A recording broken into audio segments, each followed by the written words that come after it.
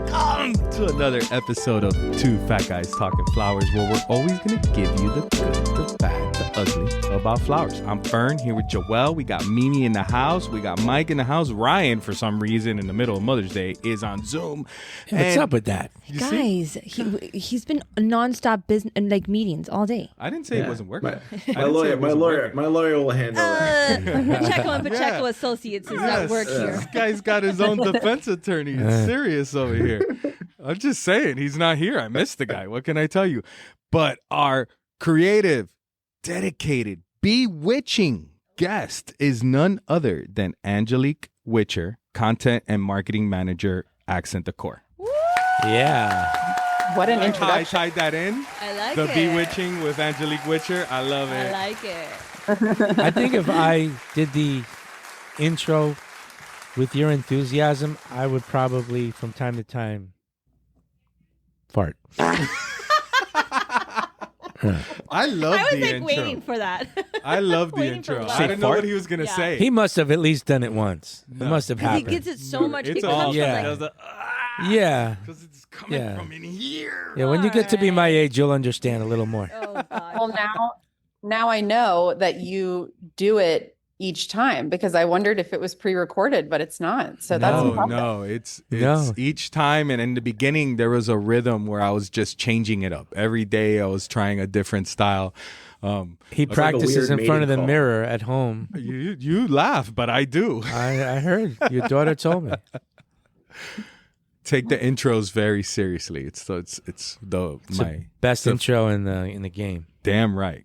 Joel's done a couple. Joel did a We're couple. not talking about in front. Joel's. We're not talking about Joel's AI version of me. That's what it felt like. Angelique, how you doing? Welcome to the podcast. I'm great. Thank you so much for having me.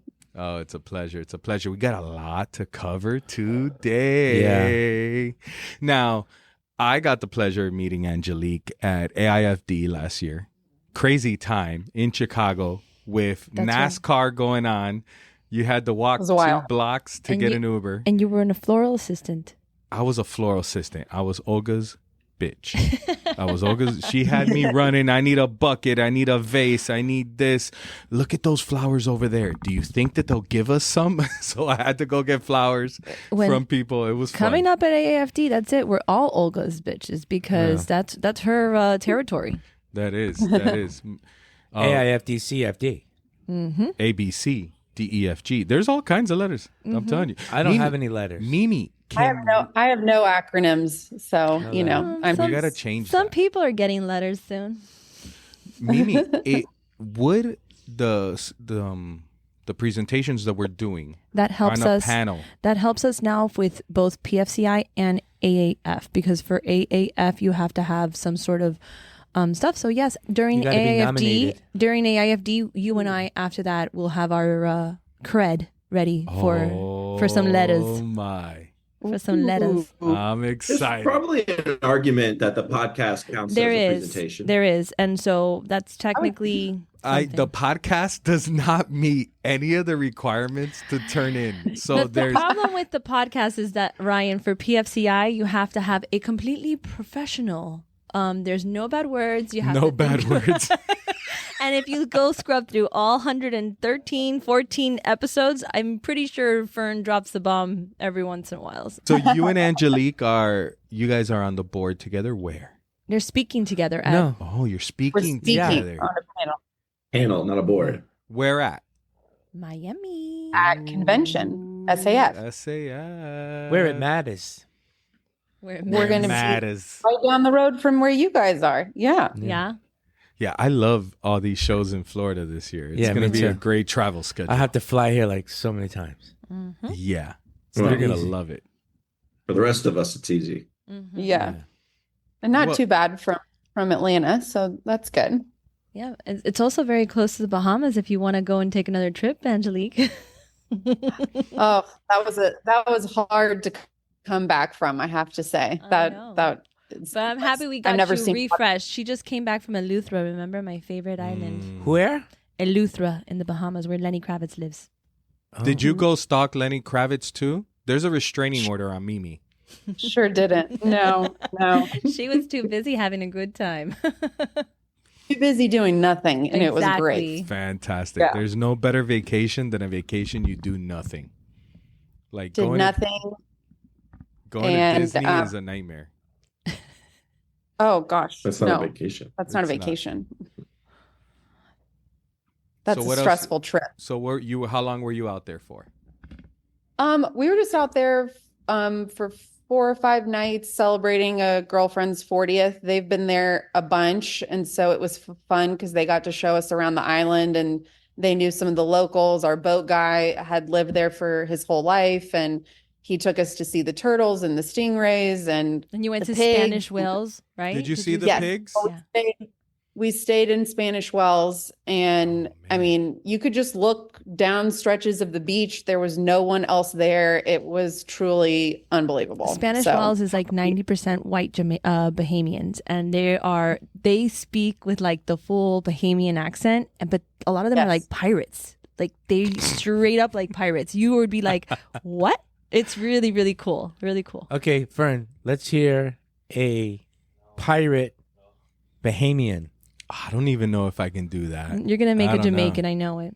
Yeah, I'm on. it's pretty unique. Yeah, I'm Jamaican Yeah, right no, now. it's very unique. Jamaican me I crazy. don't know is how a what you're doing. pirate A pirate? Bahamian. Arr, Well, they just talk about matey. the ocean like I'm doing a pirate accent, but not a Bahamian accent. Arr, matey. How do I tie that in? So let's- I don't know if I can. I can't do that. I can't even attempt to do that. Well, you have to try to be Johnny Depp doing it. Well, yeah, and Johnny Depp tries to be I just Keith want to Richards, walk so like Johnny. well, so I'm just happy that you got to enjoy that island, and now we have you nice and relaxed, and now you could tell us all about your story. So Georgia Yes. is home base, right? Yes. Georgia yes. is where you work, but were you born and raised in Georgia? No, absolutely not. I actually was born in France. I was born in Lyon, France, to 2 very French parents who lived there for over 30 years. And when I was around 3 years old, my dad's job brought us over to the States, and I actually grew up in Greensboro, North Carolina. So spent all my childhood there, and it was a great place to grow up. And my parents, I think, originally didn't think that we would stay in the States as long as we did. And then inevitably, here we are all these years later. But I met my now husband in high school. And even though we didn't go to the same high school, we dated long distance for a really long time. But he is born and raised in Atlanta. And that's inevitably how I ended up here. I did end up going to the University of Georgia, so that was already getting a little bit closer to Atlanta, but Atlanta is definitely home, and now my parents live here too. So we're all here except for my brother. Nice. I love the story that you shared at Next Gen when you were you made a presentation, right, for your parents to go to school in Georgia. Yes, that has gotten brought up now a couple times. Yes, I have been known to make a PowerPoint presentation or two anytime I need to give a convincing argument. I like to have my visuals and my talking points, but I knew that was going to be a hard sell at the time, especially out of state tuition when North Carolina has so many good schools. But I fell in love with the university, fell in love with SEC football, and just wanted to be there so bad. And honestly, it was like one of the best seasons of my life, and no regrets, and Bulldog for life. And so is my dad now. So That's even better. it all worked out, I think. What's your PowerPoint success rate? I mean, I would say my second most infamous PowerPoint, if you will, was the one that I brought to my final interview at Accent Decor. And so I think it worked out pretty great. There you go. Nice. Man, she Yeah. does not take no for an answer. Shows Like up with that. a PowerPoint to an interview. How do you say no to that, Mike? How could you say no? I've never gotten one, but I probably would say yeah if I did. Now I know. Now you Maybe know, we Ryan. need to make one. Maybe now we need to make one for our panel discussion. Yeah. There you go. So what is the panel discussion on? It's a great question. It's Yeah. about building training and your new Young people mhm. and That I just developing young young people. I just said a lot of words that Developing made no young sense. talent. It was about Building development. you. I haven't training. really read up on it too much yet. It's the beginning. Yeah. Have you been Yeah, thinking about yours? we haven't even had our first like collaborative meeting, and we have how many shows before convention? We have plenty of other things to prep for. Yeah. And the great Lenny Walker is on that panel. But guys, we Nice. got an email last night from Lenny Walker. Oh, yeah. Did you hear about this? Mimi I showed gotta me. show it to Joelle and Ryan. Lenny sent Mike and I a picture of some barbecue sauce called Two Fat Guys I barbecue. told you we should have trademarked, They Ryan. stole our No, idea, right? No. I told you guys in the beginning. There's like a million two fat guys. There's two fat guys I'm talking sorry. pizza. There is There's only two fat guys two fat guys. drinking beer. There's 100 of you of that name. That's why I was against the name. The name's Anyways, But I'm buying. I want to try this sauce though. I know. either I'm way. buying the sauce, and then I have to superimpose Fern's face and Mike's face on it, and then we can do an official taste test. That's easy. We're gonna start a collection of anything that says two fat I agree. something. That's a good idea. Fatties. that. Three If fat you see pigs. call to action on that one, I like fatties. that idea. Uh-oh. If you see two fat guys anything, let us know. We need to collect it. It needs to be part. What I about like three? that. What about three fat things, or two, or one, or No, No. that doesn't count. No. Okay, it's got to be two. It's got to be two fat guys or two fat anything. But most of the time, it doesn't feel very accurate. It's usually two dudes and a whole posse of people. It feels. It's what we got here. You know, we got a whole Mike, crew. Mike keeps losing weight, and we just keep adding more people to like add to the weight, so that it's officially two fat guys. So We're fat at heart. That's the way we got it works. two fat guys. I think a thick girl, a skinny buff dude, Ryan, Ryan's the tall, Thanks. the tall guy, the tall. the height. So, Angelique, how long have you been working at Accent Decor? How long you been there now? So I started there 7 years ago. I was just doing part-time freelancing for social for them. It was kind of back in a time where, especially for B2B, we were kind of exploring the need for social media. What does that look like, B2B company? And lucky for me, about a year into that, it was starting to grow at a place that necessitated that I come on as an employee. Yeah. And making it a bigger role than it even I ever thought that it could be. That and makes have sense grown- because I never really heard about Accent Decor till like 5-6 years ago. So that makes a lot of sense that you really have helped them come out to the front, because I've been around florists and wholesale florists forever, and I really never took notice. But you think- have everything, and you are everywhere. Yeah. I'd Yeah. hate to know what your warehouse looks that like. It must be massive. There's two Well, of them. Well, yeah. Is the one in Canada, the showroom in Canada, is that considered like your warehouse, or is that just No the way. other Hoffman? No, that's just Hoffland's, one of our main wholesalers, and the Hofflands are related to the Hofflands who own Accent Decor. So it does get a little convoluted there, but they have an Accent Decor specific showroom. So Yes. because they definitely a big distributor of ours, especially in that region. But Accent Decor started 27 years ago this summer. So we've been around for quite some time. Growing, I definitely would agree, in the last 5 to 10 years has been the strongest momentum of growth in most respects. But we have two warehouses, one just outside of Los Angeles that distributes to our West Coast customers, and then one just north of Atlanta where we distribute to the East Coast. And we are headquartered right outside of Atlanta as well. Our offices used to be attached to our warehouse, which I loved, but we just outgrew it and needed to separate. But now we're just 10 minutes down the road from one another. So we still get to go over there quite a bit. But there was something about being able to walk through the warehouse and just all be together under one roof. That was a fun dynamic there. So Well, I was in Hoffland's last July with Casey. Hmm. We go to Ontario every July to visit our suppliers and customers. And I walked the Accent Decor showroom with Casey there. You have like 1 million SKUs. You have a lot of stuff. Yeah, I was gonna ask how and many. I'm sure SKUs? what they had ain't everything.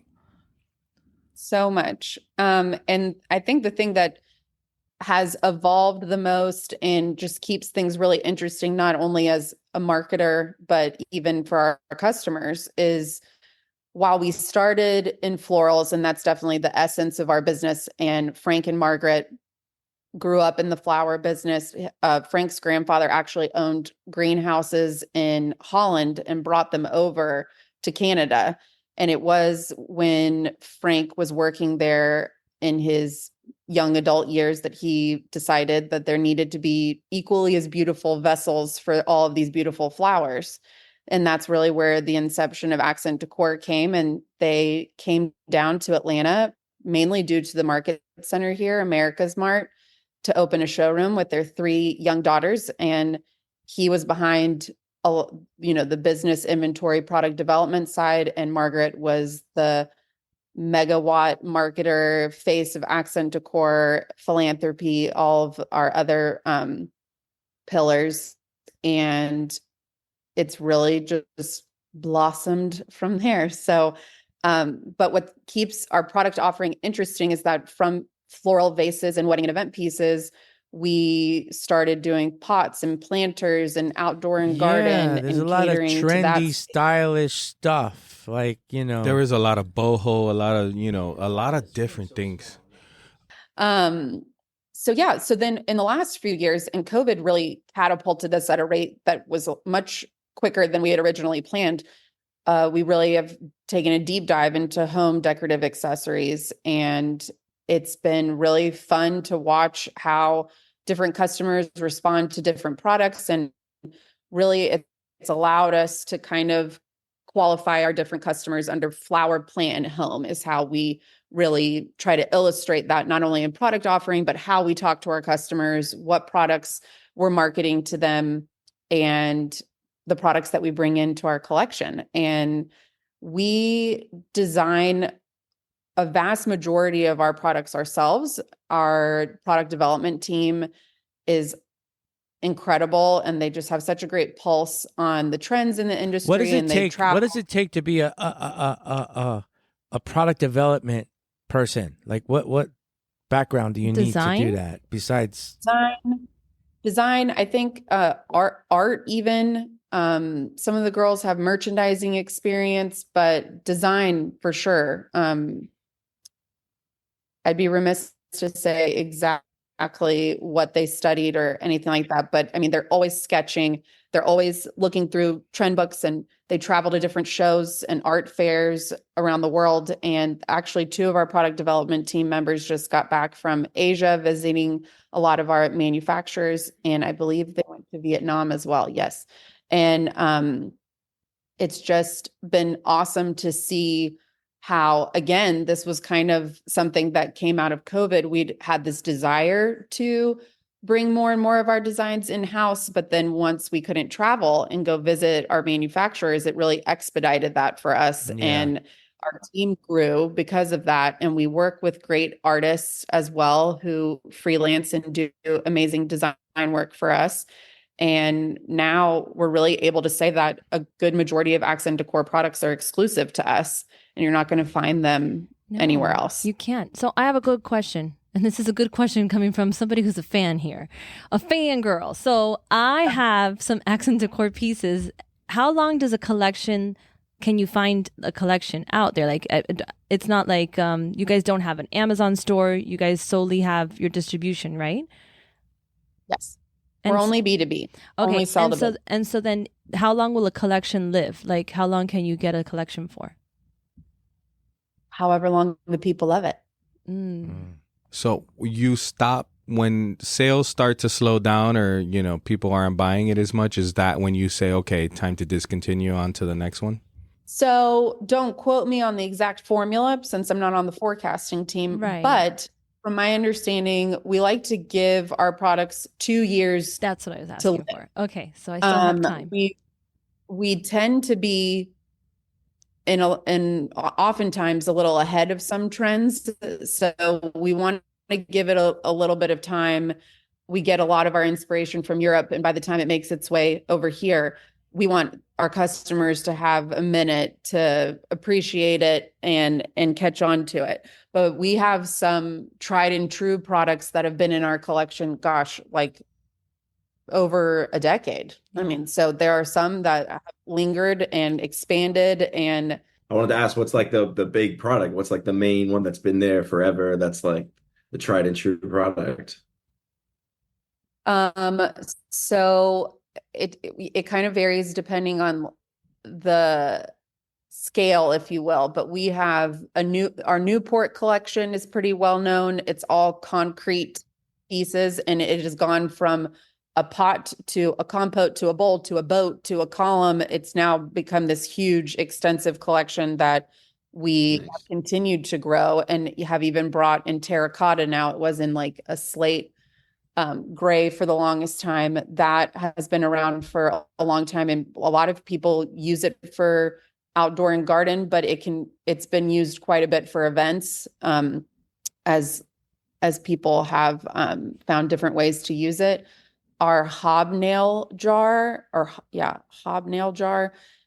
is really simple and glass and just has like bumps and ridges on it. It's clear glass and it comes in white glass. That's a very like what we call like a floral essential, like a pretty inexpensive piece that we carry that's been around forever. I kind of wish I knew how many of those we've sold over time. But it's just like anyone, especially for floral deliveries, can use it. And then I'd say in our more current collections, the Kendall collection is really popular. It's these different shapes and sizes of matte colored pots and vases, and the opening sizes for drop-ins and for floral arrangements work really well. And we've seen customers time and time again either plant a plant in them or use it as an orchid pot or use it as a floral arrangement pot. And now it comes in, I believe, 9 different colors, and it just continues to grow, and people just keep coming back for more. Yeah, you guys are definitely ahead of the trend, because I remember the first time I saw the planters with the faces on it, it was with you guys. Like, so ahead of the trend. Yeah, the selfie vase. How do you handle knockoffs? Like, what do you guys do in that situation? You just accept it and just, we were there first and move on? I think it depends on we have a collection called the Eric and Eloise collection that's very personal to us. It was drawn and written our creative officer's or chief creative officer's cousin. She wrote a story about a fox and a hare and then developed a collection around it. Originally, specifically part of our offering. And those, because they really truly are our designs and they continue to get knocked off, see it quite a lot. I mean, they've definitely had to get litigious. However, there are other items that I'm sure, and I know I've knocked off, but like, what are you going to tell somebody? I own that glaze color. You can't glaze your pot that color or have a pot that size. So I think it's specific, but there are definitely a lot of products that look like one another. I definitely feel very firm, not only about our quality, but the price point. And the thing that really makes Accent Decor products unique, that the artisans that we work with across the 14 different countries that we source from, they are generationally passing down these skills, whether it's glass blowers in Poland or ceramicists in Portugal. They've been working on that trade and passing it down through their lineage for generations. And the handmade touches and the attention to detail on the quality behind our designs, I know, is unparalleled. So you get what you pay for in the end. I love that word, ceramicist. I would have never thought that a ceramic maker had a word like that. I mean, that is awesome. Now, let's listen in Malta, when we went to Malta, we went to this glass company. Can't remember the name, but it'll come to me. But they have like a factory where they make glass art, and they do like, you name it, they do it. And a lot of it is vases and containers and different, like they do clocks. They do all the different kind of stuff. But they put a lot of art into it. And that's what made it so cool. And that's what made it like, I wish I could have bought it and packed it in my suitcase and brought it back. Mommy didn't get a piece? Yes, she did. That's what I'm saying. I saw it. It was very beautiful. Yes, Yeah, she did. And I I bought her a pair of there's a glass Netflix earrings show. too that they made there. There's a Netflix show where they make the glass art. It's like a competition show. It's cool. great. Oh, cool. That's pretty cool. It's great. We have a bunch of videos. We used to have a videographer that would travel with our product development team to get a lot of behind the scenes content of our artisans. And since then, they've done a better job, the manufacturers, of sending over the content. But we have some amazing videos on our YouTube page where you can see the glass blowing ones are my favorite. But it's incredible to watch. It's crazy how they do that. It's crazy how they know what to do. And there's always an assistant that knows what to do. And it's like really fast paced. It goes a lot faster than you think. And they make. And it breaks so often. Yeah. That's what I was about to say. The balance of heat and blowing and twirling and all the things you have to do, that it's like a perfect balance of all of that. I think stained glass is making a big comeback too. I see a lot of stained glass stuff out there now. Yeah. I was actually doing stuff with stained glass. That's funny. Do you think Mike could be a trend forecaster, Ryan? No. And I think he can. You Yeah. should see how he decorates his. He's an interior designer. He doesn't want to tell anybody, Do you but he know as is. an interior designer? He decorates all the, like, when they redo the house and stuff. He picks out a lot of the stuff. Really? Yeah, but Carlos love Coloma that. is, nobody can touch him. You should see what he did. Maybe that's why you two are two Wow. peas in a pod. Maybe. Yeah. They're separated at birth like Maybe. us. So Angelique, so why don't you tell the listeners how long it takes product development to develop? Because your catalog is very customized because you guys are developing the majority of your items or all your items. Whereas somebody else might just say, hey, I like the look at this. I want this in my fall, this and this and this. And they're just selecting products. But your team, and they go out and they have to draw, sketch, bring to life, get samples, make sure that they like, and everything that it takes to bring something new to market. So it's always funny. It's so different than fresh when you're working in hard goods. We're all in different departments, living in different times in a lot of ways, because as the marketer, I'm very much in the present. I'm talking about what's available now, what you can get now, and what we want you to have in the immediate. But our product development team is working.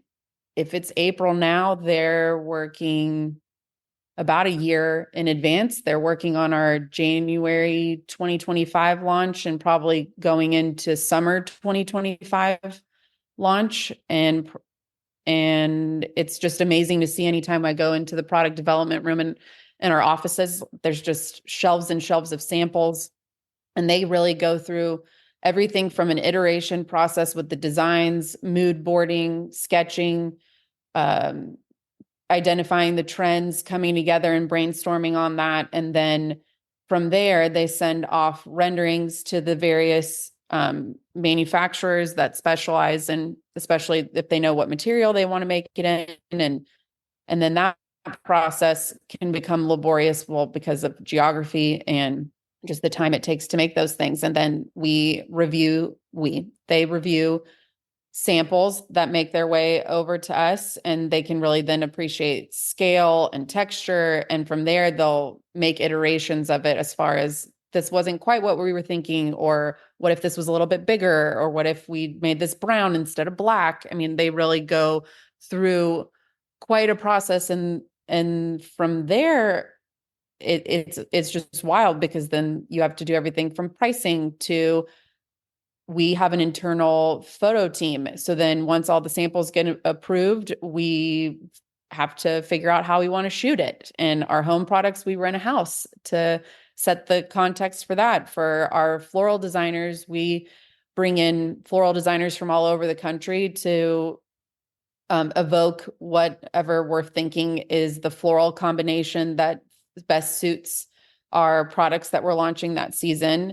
We oftentimes work with great wholesale fresh distributors like yourselves to make all of that art come to life. And then our graphics team takes over that. I mean, it's really this insane pipeline from start to finish that's easily a year and a half in the making, depending on the product. You're so right that it's so different from fresh. But let me tell you, with hard goods, I wanted to be part of the product development so bad, but as a marketing person, it's perfect how you said it, because it's in the present. You're living in the present. You're like, I would get frustrated. Like, I don't want to know about stuff until you already have it like on a ship and ready to come to me, because if not, my anxiety would drive me insane. Like, okay, I know I have this color and I have this idea and I know I have this coming out, and it just you'd have to wait a year before you could market Product it. development is really intense. So yeah.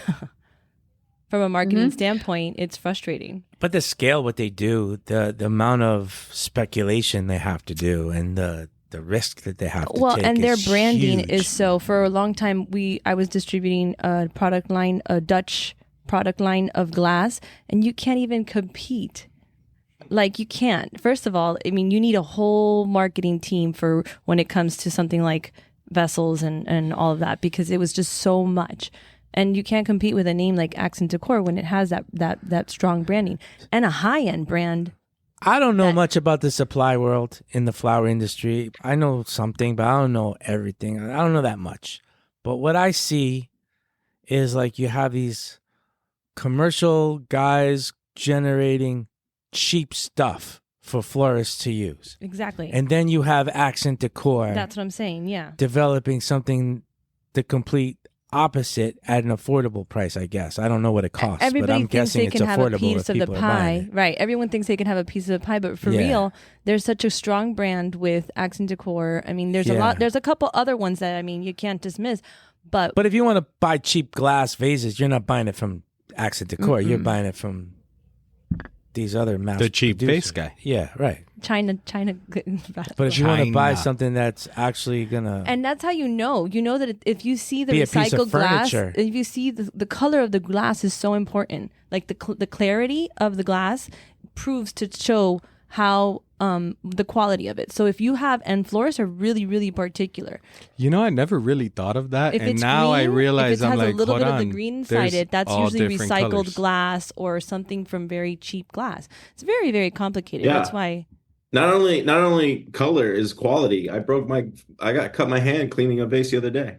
The whole thing just shattered in my hand. Did you see Ellie just posted that she's like, 12 or something, breaking too? Everybody's breaking glass this week. Well, what I'm saying is, like, when you get a delivery from a florist in one of those cheaper glass vases, that's about its life. 1,000%. And if you get a really nice container or vessel delivered by a florist, even after the flowers die, now that's a part of your home decor. You keep it, you use it, right? Yeah, It stays exactly. around. It just, you don't put, even when it's empty, you keep the vase on the table there. So I think that's that's the real difference.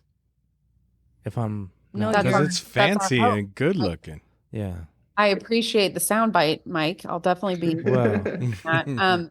You could forward the check to the office. Just- I we could use some samples up at the lake house of that terracotta line. that you have there. okay, I heard you. I Anything heard you. rustic will do. We also have been really intentional, even more so in recent years, of asking our customers what they want, what's missing, what's something you're always grabbing for but can't find, especially our wedding and event designers. We've really taken a deep dive into that.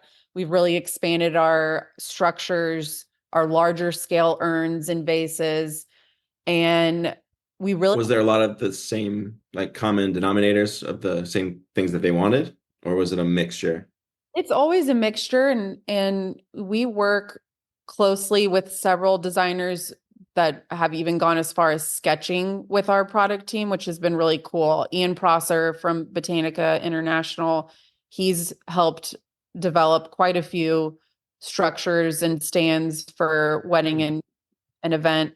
We've gotten some feedback from Mandy Majrick, Kanan Marshall, Christina Yan, who I think you guys just had on the podcast. That's right. And I'm sure I'm forgetting. Oh, we worked recently with Sue McCleary specifically on eco-friendly vessels that really we're equal opportunists when it comes to foam versus foam free, but we know that everybody has a preference and everybody has the mechanics that they like to lean into for whatever reason. And Sue is really renowned for that type of work. And we worked really closely with her on specific compotes and the way that the lip kind of comes in to hold the chicken wire and allows room in the base for water, all of the above, plenty of space for the stems.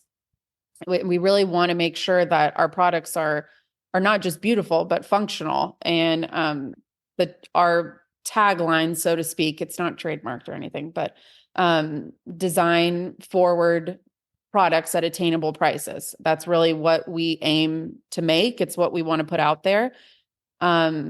When it comes to what we call floral essentials, which is more of your retail florist type of products, it's all about opening size, durability, weight, and price point. So that's what we aim to give those customers, because we know that that's what's important there versus a wedding and event customer wants longevity, durability, and they want something beautiful that they can keep repurposing, and hopefully something timeless that they can keep in their inventory and keep using for their designs. Man, that's a wide range of design. Yeah, you have to think of so much stuff. That's a lot. Angelique, was this your first job out of the University of Georgia? That is so kind of you to think that I'm that young. No. I graduated from UGA with a degree in fashion merchandising and public relations. And my first love is fashion.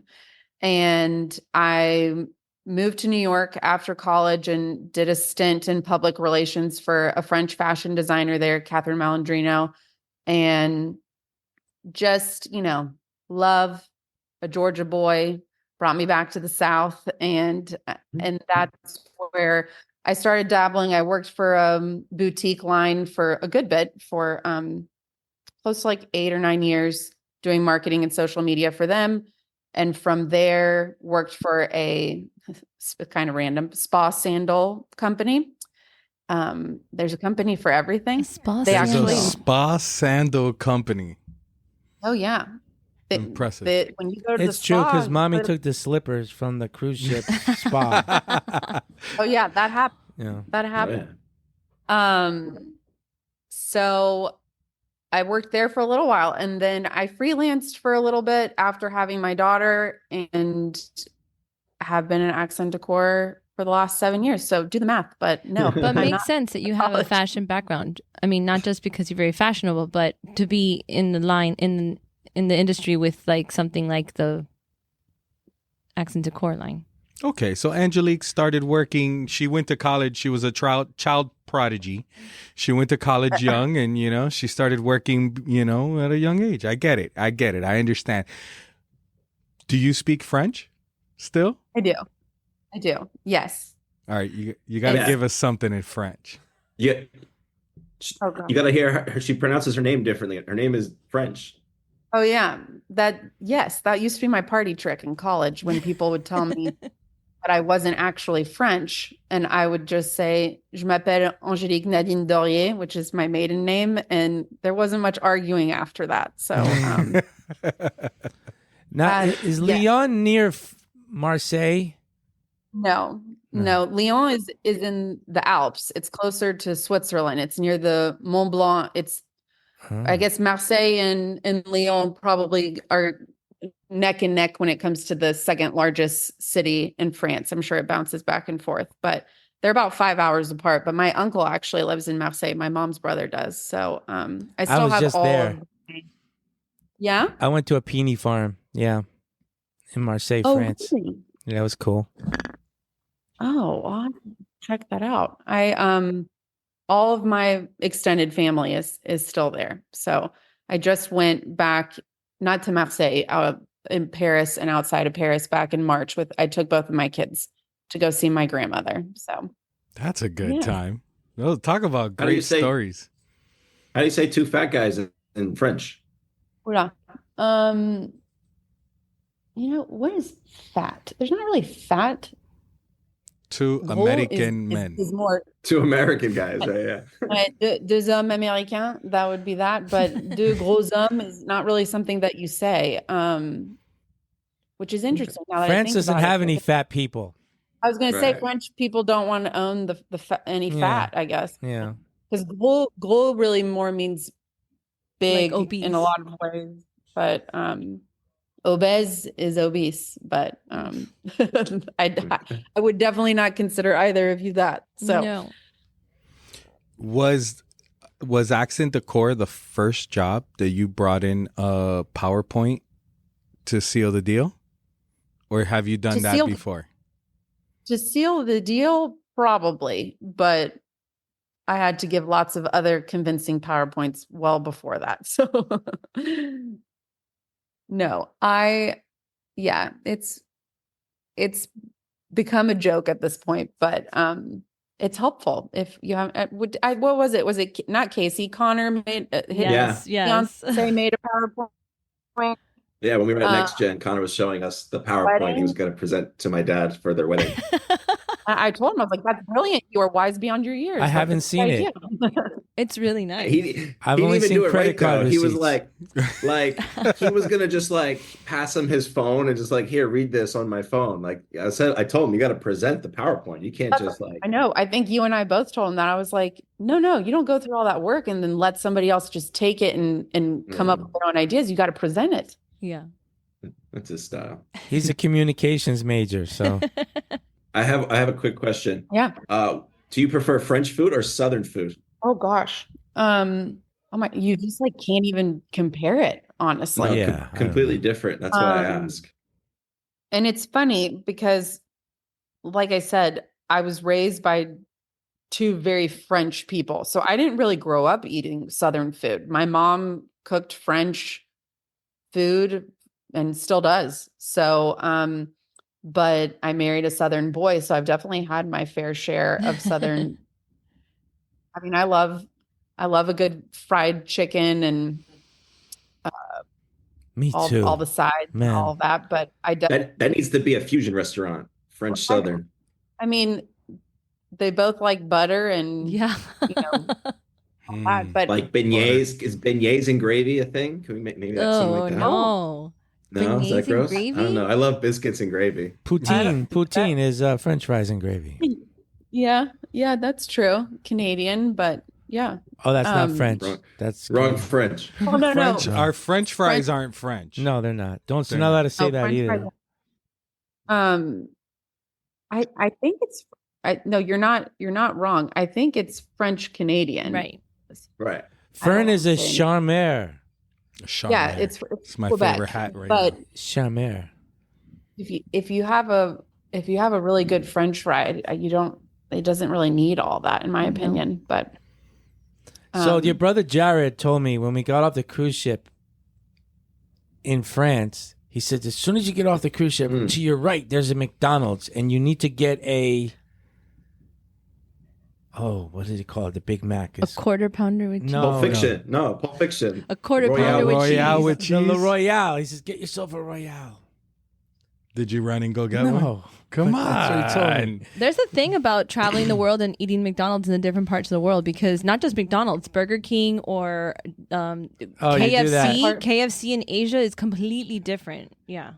I'm partial to McDonald's. I have not explored other fast food chains, but I completely agree. Yeah. I actually really enjoy McDonald's in Europe. It Yeah. tastes so much better. There's just I had they Mc- don't have all the Yeah, I had McDonald's in shit in Italy, it, I and think. it was like, I swear to God, I thought I was like Yeah. in heaven. Yeah. This was, the fries were I did too. perfect. It wasn't like, oh, you know how sometimes you'll order fries and the person you're with orders like fries, but you're getting from different batches or whatever. Every single fry tasted like every bite was exactly the same. I'm like, what do they do this? Damn Like, it, I've messed up. You know how many different countries I've been in? I said, Oh, no, I'm not no. going to eat McDonald's here. I No, have no, that no. It's like crap it's back an home. actual thing. There's like people who dedicate like their they have lives totally to that. different menu items too. Yeah. Like Right.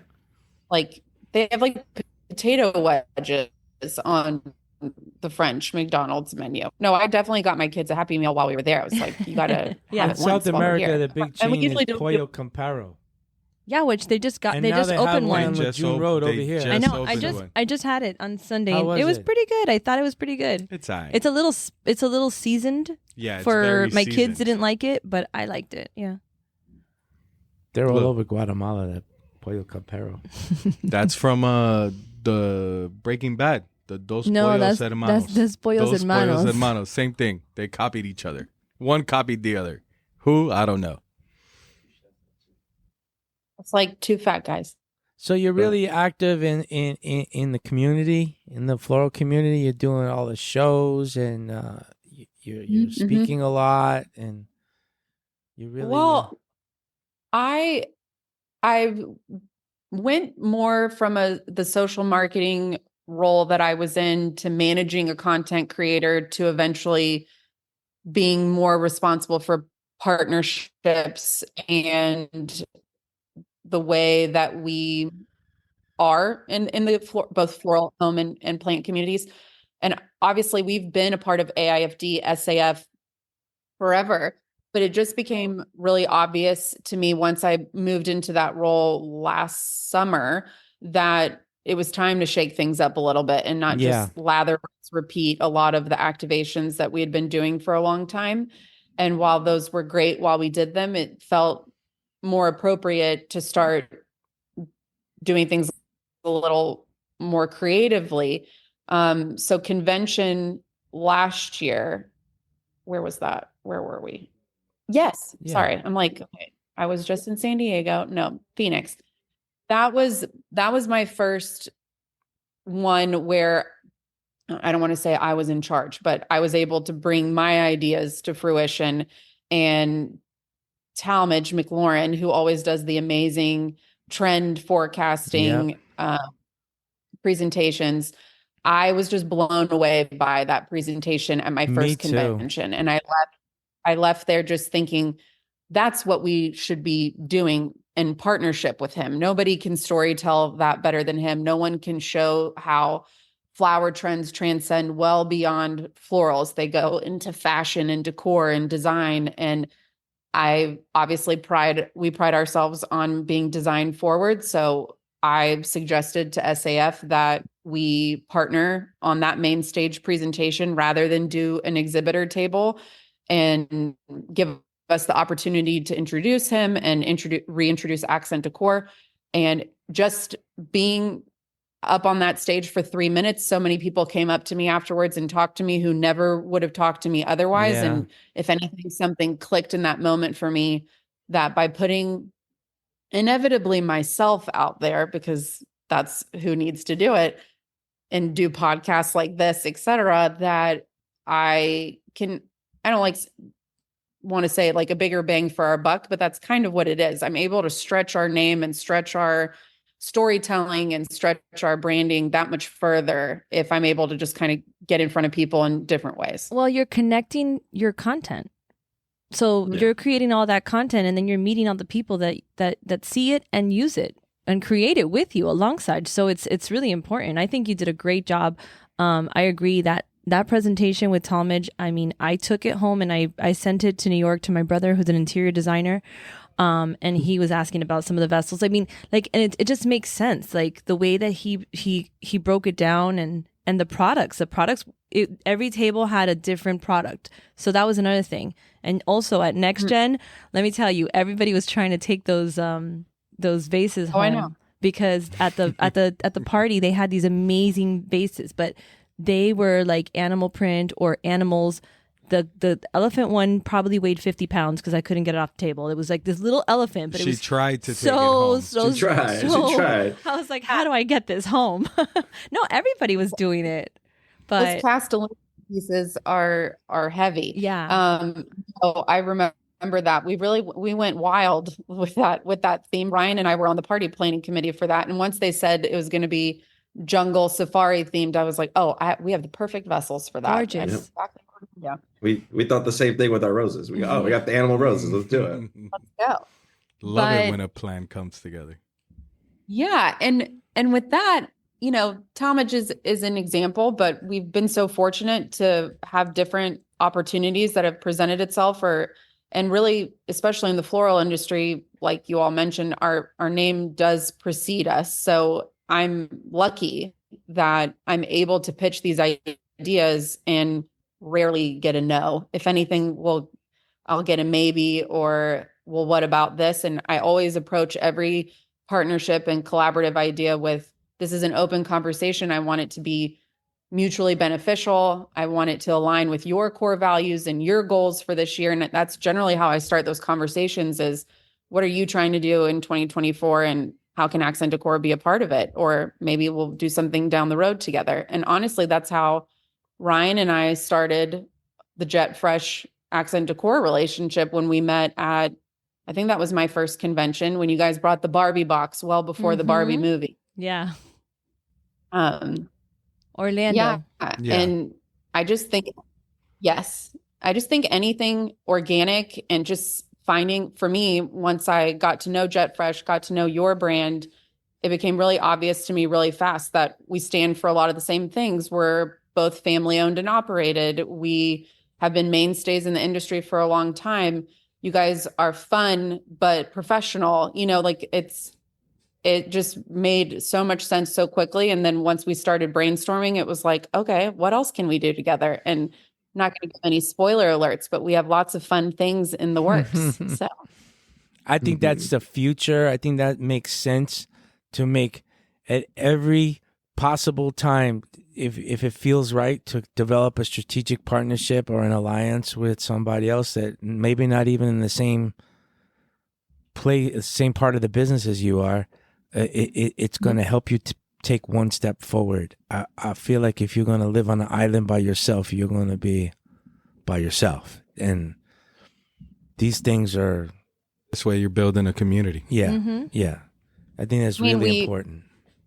We share a community, and because you're fresh and we're hard goods, we have the same customers, but we're not competitors. So it's this nice symbiotic relationship. My daughter-in-law's outside. Sorry. Saying hi. Oh, no, you're fine. So tell us a little bit about the bad. Tell us the bad about your job, or what you don't like about the industry, maybe. It must have been tough for them in COVID with all the shortages and stuff. I actually love to not remember that part of my COVID is this terrible 2-year black hole, right? It's this terrible 2-year black hole that we all survived. It's a made-for-TV movie. No, but I mean, it made us. There's a lot of strong things that came out of COVID too. Agreed. No, I was lucky that I've always been hybrid working for Accent Decor, and lucky for me because I was freelance, was able to negotiate that when I became an employee. My husband traveled a lot at the time, and it's always made a lot of sense. But the fact that all of us can be hybrid now, I mean, that's been huge for a lot of people on my team. So I definitely appreciate that, among many other things. But yeah, that was rough. But if you ask me what the bad is in my job day to day, I can't really find one. And that's not me being fake. Like, I truly love what I do. I love who I work with. I love the company that I get to represent every day and the products that we design and our customers. So all in all, and my coworkers, I don't think I said that, but man, they make my job amazing. So all of that to say that, yes, the post-COVID era of supply chain nuances and just the inability for us to get product fast enough when the world was craving more and more and more, sitting in their homes all day, every day, and not being able to fulfill on the promise that we had made a reputation for, which was delivering excellent customer service and all of the above, was definitely a super trying time for everyone in the industry for different reasons. But that I had a front row seat in my role at the time, managing all of our social media, to the really unfortunate side of humanity when they don't get their way. And that was hard. That was Karen's. That is very well put. Yeah. Without having to say anything negative, that was very well put. So I think the beginning part of COVID was devastating to a lot of people, and we all lost people we know, and there was a lot of bad. But as far as the flower industry is concerned, I think that whole after the first quarter of the shutdowns and stuff, I think suddenly, especially retailers and even some wholesalers that were on the bubble that were like not doing great, and they were, cash flow wasn't good, and there was a lot of struggle, and some people were actually thinking about hanging up the towel or selling their stores or whatever. They got saved. And then they got more business that they can handle. And now there's an adjustment after COVID, right? So there's an adjustment where we see it, where the customers aren't quite, not every customer, but some customers are kind of falling back to where they were pre-COVID. Correct. Yeah. I mean, it's such a hard subject at this point, regardless of if you're bringing in, well, I can't even imagine when it's fresh and there's obviously like a timestamp on what you're selling. We're lucky that a lot of our product doesn't really have seasonality aside from our seasonal items for like Valentine's Day, Christmas, things like that. But I definitely did not envy the people on our forecasting and inventory team, because all of a sudden you're thrown this anomaly that's never happened before. And everything that you've ever known, every formula, everything that you've ever been able to evaluate to make those decisions just went right out the door. And if anything, are still being challenged even now, because we're sitting on things that we had to, skyrocket or got late or whatever the case may be. But yes, I think we lost some trust with customers, especially customers who had known us for a long time. And unfortunately, it took a little while for us to gain that trust back. But we really, you live and you learn. You make lemonade out of lemons, and we've improved processes. We've grown our team. Our website is the most robust it's ever been. You can do so many things now on our website that you used to have to call customer service for. And the efficiencies and the processes and the new team members that we've brought on board to grow, and that's enabled us to grow, is really definitely the silver lining that's come out of all of this. I think that communication became stronger during COVID. You had to really communicate with your customers, and if you had a good customer, they understood. I mean, everybody knew about. And we all learned how to handle shit better. Yeah. And differently. Yeah. We handle things in ways that we never thought we would. Yeah. I mean, even now.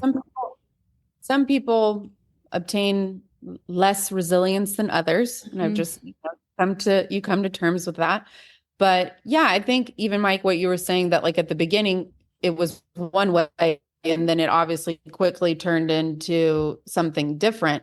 But in the beginning, I don't think anybody thought it was ever going to last as long as it did. But I just remember the word pivot. It's like, I mean, I know, Mimi, you can appreciate this. You had this whole grand plan, a whole marketing calendar, and then all of a sudden it was just like, throw all the papers in the air. No, they were like, there's no corn for sugar. There's no, I was like, what do you mean? I need the product. Come on. Like, it was crazy. There was just like, you didn't know where, we're going to start sourcing from such and such place. And that would have never been an option before.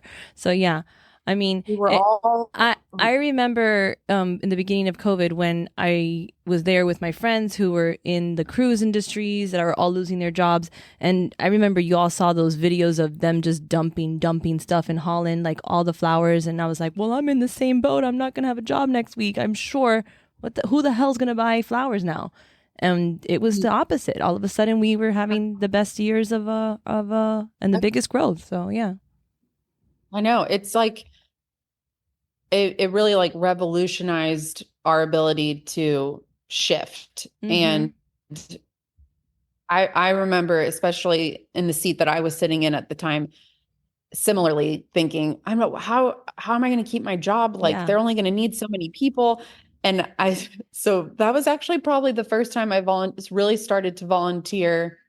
I never saw myself on this side of the seat being interviewed. I actually was a longtime admirer and still am of Katie Couric and loved her as a child. So I always thought I'd be the interviewer rather than the interviewee. And so I suggested, at the time, it was a big Instagram live moment. Everybody was doing Instagram lives, and knowing that our customers needed connection and community. And that's something that's always been really important for us to foster well before COVID and long after, was these conversations I was able to have with, I think we ended up doing like 30 to 35 of them, with different floral designers and wedding and event planners specifically. And then we started broadening out with other people in the industry of just sharing ideas, sharing how people were pivoting and shifting, and how people were, like when people started doing micro weddings in the wedding and event industry, and just being able to spread those ideas and foster that type of companionship during that time. While that was a rough time, that was so rewarding and cool, and a really unique opportunity that I wouldn't have had otherwise. It's all about your outlook, because I also thought like, well, God, micro weddings are not going to need this, they're not going to need that. And opposite, you have more money for flowers. I mean, like, it was so crazy how everything just was like, if you looked at it in a negative way, you were going to get a negative outcome. But if you looked at it with like arms wide open, just give me what I can, be grateful for every single customer, then you were going to be good. Mm-hmm. You had to pivot. You had to work a little harder, but the results were generally really good for everybody. Thank goodness. So now Ryan's going to ask you some questions. Dun, dun, dun. Dun, dun, dun. Rapid fire question. You don't First remember thing that? that comes to mind, no pressure. And since I listen to the podcast fairly regularly, I may or may not know what my answers are. Let's see. How rapid fire is rapid? Or at least gave them, I gave them some thought. I mean, I kept asking Mimi, I was like, so what are we going to talk about? You can tell what kind of student I am. Like, I like to be prepared. You must have sat in the front row every time, huh? Oh, yes, very much so. And I was like, no, really, what are we going to talk about? I need to prepare. That's great. All right. Was there anything that you favorite... wanted to talk about that we haven't covered yet? That you want to get it out there? Yeah, there's definitely a lot of change and movement, like I alluded to, as far as just the way that we're growing. But in June, we will launch our newest set of new arrivals. So you'll be able to see hundreds of new items for all flower, plant, and home. We have some really cool structures coming in for wedding and event, a ton of new votives, a lot of... What's a votive? For the candles for weddings. The votive candles, the little ones. Oh. Mm-hmm. I wonder what other terms he doesn't know. Throw out some I didn't know that word that you guys said a bunch of times. I was gonna Google that. Which one? Give him a few classic voluptuous or something like words. that. No, like voluptuous? votive. See what else he doesn't know. Fruition. No. For something for sure. I don't know. You said Fruition a couple of times. I didn't know what Oh. I and then when it comes to a trend that we're seeing a lot and that wedding designers are asking for a lot is just a huge variety of bud vases. So we have a bunch of new bud vases coming out in different sizes, colors, textures, which I think will be really exciting. We have some disco inspired elements coming that I think everybody will be excited about. We've had a few. It's coming back hard. Beyonce, she rode that disco ball, and now everybody wants a disco ball. So that's one of our best sellers, is our disco ball ornament. So we have some fun vases and pots coming. You heard it here first. So that's a big spoiler. And let me think, what else? Some of our basics coming in new colors and colorways, and some fun, unique arches and urns and stands that I think will be really timeless and great, that Ian helped design, as well as this really cool multifunctional screen that you can use for like escort cards, or you could use it as a backdrop for a ceremony. You may or may not see that at AIFD. That's another thing that'll be really fun about these summer shows, is that a lot of our new product will be there. So everybody will get to see it, feel it. What's the color trend that you're gonna say is coming up big for vessels, or what color would you say is coming out? If you had to pick one, I'm sure there's 4 or 5. We're definitely seeing a resurgence in silver. You know, gold had been such a dominant color there for a while. We are seeing more and more silver. I did actually in a presentation credit Beyonce for that as well. Yeah. It's been happening for a little bit, but we're bringing in some more silver, and then colored glass that's been around for a while, but that's not going anywhere. Like solid color or transparent color? We do more translucent colored glass. Right. Yeah. And then otherwise, we just like to get creative with our textures and our glazes, and just so that our pot doesn't look like everybody else's pot. Those proprietary glazes. Mm-hmm. I love that. Damn copycats. Donuts. I'm big on silver coming back. I like that because I have a lot of silver pieces. Beyonce said, you know what I'm going to do to Pockets tomorrow? I'm going to play that Beyonce song like 3 or 4 times in a row. Like that song. I'm going to play it like 3 or 4 times in a row. The country song? The country one. We're going to play it. We're going to play it a lot tomorrow. You should play the whole album. The whole album. The whole thing from start to finish. It is amazing. It's so good. I cannot recommend it enough. It is not a country album. It is a Beyonce album, and it's amazing. Yeah. This is Texas. I'm just going to play it. We don't hold them. Friend, we have to sing on every podcast. Every podcast we're singing. That's it. It's a singing podcast. I love karaoke. Podcast karaoke. All right, Ryan, questions. Rapid fire, Ryan. Go. All right. What's your favorite flower? I love anemones. I love the contrast with the center and whatever color the petals are. And I grew up watching my grandmother in floral art classes. It was just had lots of orchids everywhere, and it just always reminds me of her and always makes me think of her. And I always FaceTime her when we're in our show installations. She just has a unique love for flowers. So definitely orchids. Nice. Best sandwich. Okay, so that's hard. So French girl says jambon beurre, which if you're not from France, a really good crunchy baguette with some really good pieces of ham and some salted butter. And that's literally all it is. And it is that sounds delicious. So good. I like butter a lot. I was that kid that would stick his, like in the country crock, you would see a finger streak in there. Because I was a little kid eating the margarine. It wasn't even butter, but I was like, I'm taking this to the Somebody gave me that good piece of advice. When we went to the Eiffel Tower, you see everybody with their baguettes and their bottles of wine and their glasses, right? But somebody goes to me, like a French person, they were like, don't forget the butter. And I'm like, I'm going to look like an idiot with a butter changed. I saw the other people going, no, I had like a nice buttery How'd they go? Yeah. Yeah. You need that salted butter. It makes all the difference. So that's nostalgic. And like butter. It's like butter. And my dad and my brother and I just love those.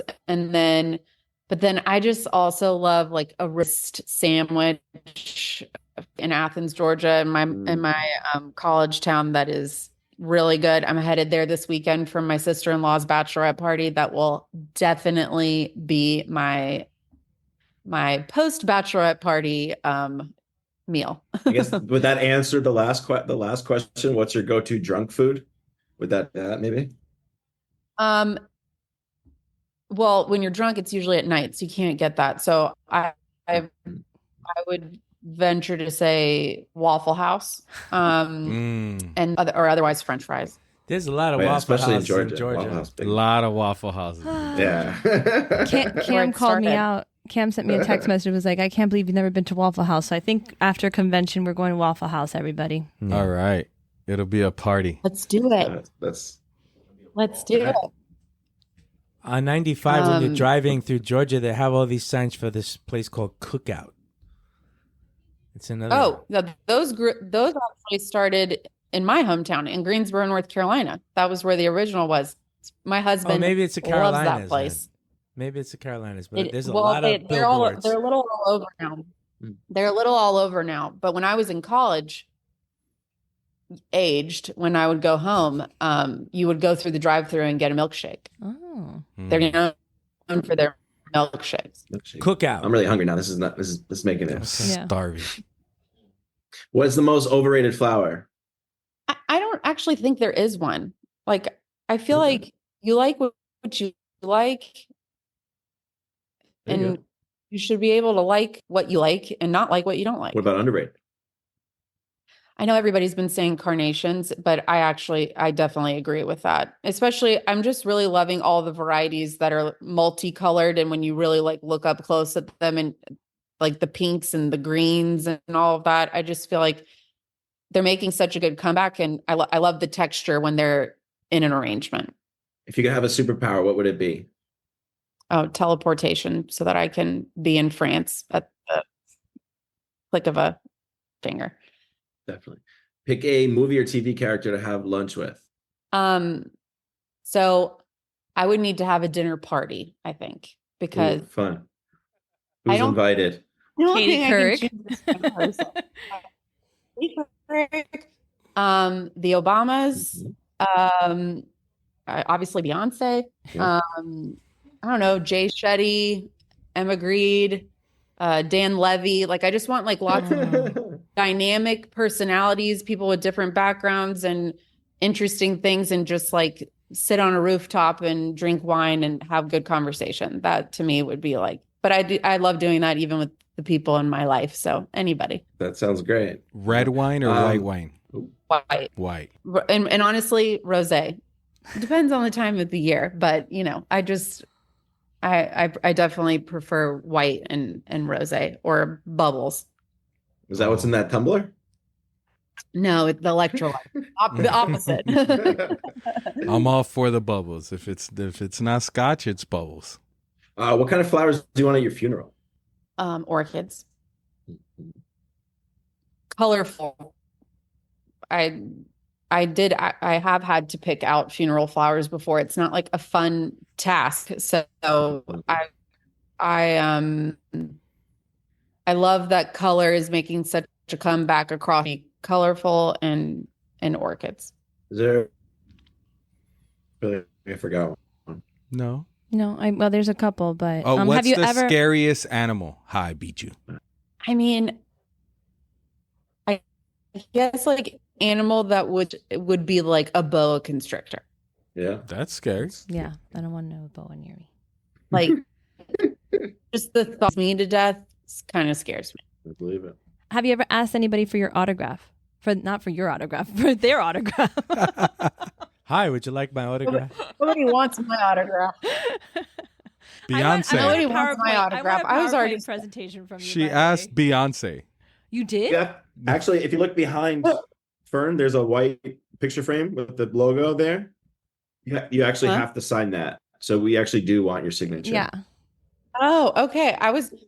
Nobody's ever asked me for my autograph other than my children. They love a signature. But I was already so surprised to be asked to be on a podcast. So no. I don't think that I've ever asked anybody for their autograph. I've met a handful of famous people, and I really try to downplay it. Try to cool. Try to be cool, cool. and maybe we could become friends or something. I don't know, but no, I don't think. Who's the most famous person that you've met? New question. Well, Yeah, she was on that's TV fun. the other day. Who was that? Who was on the show that you got on the reel? So one of my closest girlfriends is a comedian. Her name is Heather McMahon. She's based here out of Atlanta. Her and my husband actually went to high school together. So we've been friends for over 20 years. And yes, we went out for her birthday, and then she was on the Today Show a few days after that. And no, I'm not on the Today Show. And yeah, so Yeah, she they shared a pulled clip of them all the partying footage. there on the Today Show. It was pretty cool. I was like, Ah, Angelique is on the Today Show. Who's the most famous person can you now ever met, add- Ryan? I mean,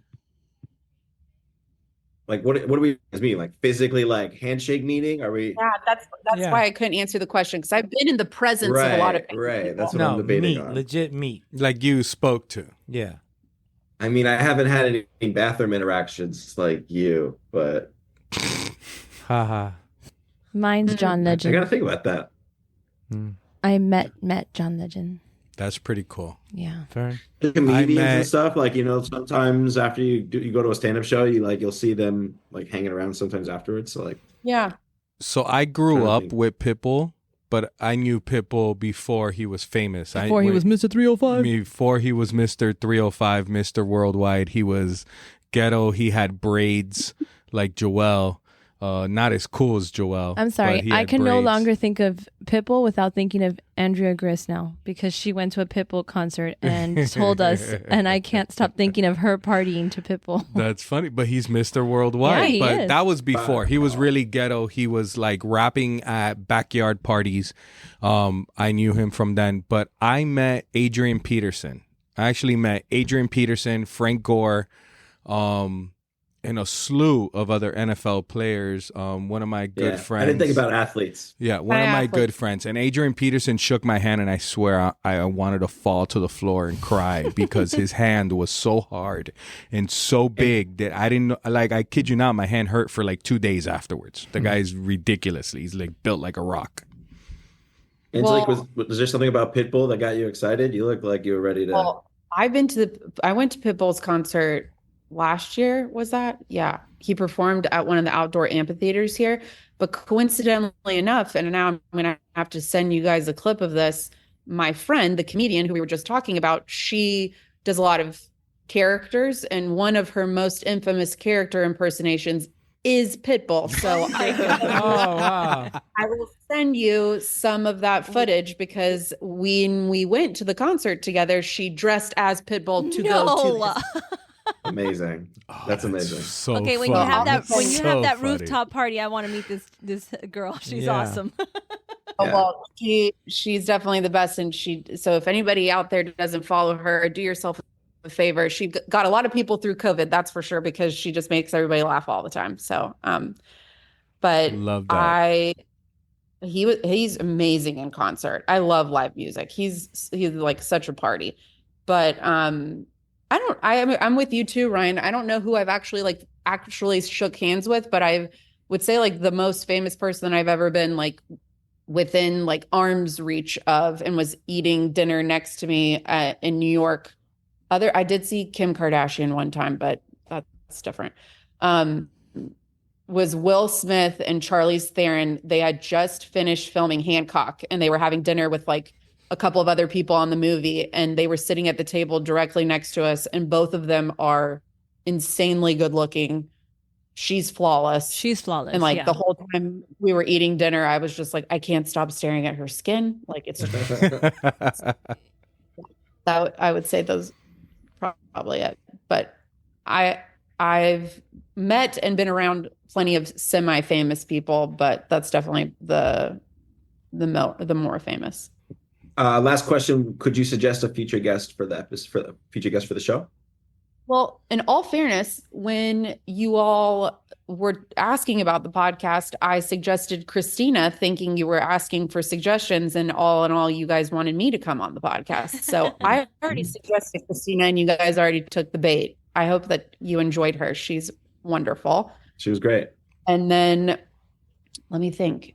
I feel like your friends are my friends. So You'd be surprised. There's no pressure Ian to and it. Zoe. Oh, you know there. who I We had- lost contact with was Mandy. Oh, she's great. I would love to. Yeah, I'm gonna reach out to you to see if you get me her contact, and I would love to have her on the podcast. Yeah. We had Zoe and Jordan, right? Is that who we had? Brother. Mm-hmm. I Yeah, think we had had the two them of on. together, or Yeah. was it? Oh, you guys have to have Ian. Have Ian, not only because of the decades he's been in the industry, he was actually my first flower friend. So when I came to Accent Decor with No, I think he was doing the floral designs on set for us within, let's say, 2 or 3 weeks since I had started. So I really barely knew anything and was like, all right, I'll interview this guy. We'll make some content. We'll do a few things with them. So I started researching him. And once I started researching him, I obviously got really intimidated really fast, and different presidential inaugurations among, millions of other things. And from the second I met him, he's the most charming, welcoming, and has taken me under his wing and introduced me to so many people. And honestly, I give him a lot of credit to Yeah, he's a great guy. a lot of the relationships that I have now. And he's so interesting. So you guys should definitely have him. He is. Agreed. Love it. Angelique, if someone wants to get in contact with you, if they want to meet your comedian friend, if they just want some advice or on marketing or anything, how can they get in contact with you? So my email address is Angelique, just my first name, because there are no other Angeliques at Accent Decor. And so it's Angelique at accentdecor.com, or you can just slide at Accent Decor Inc. on Instagram.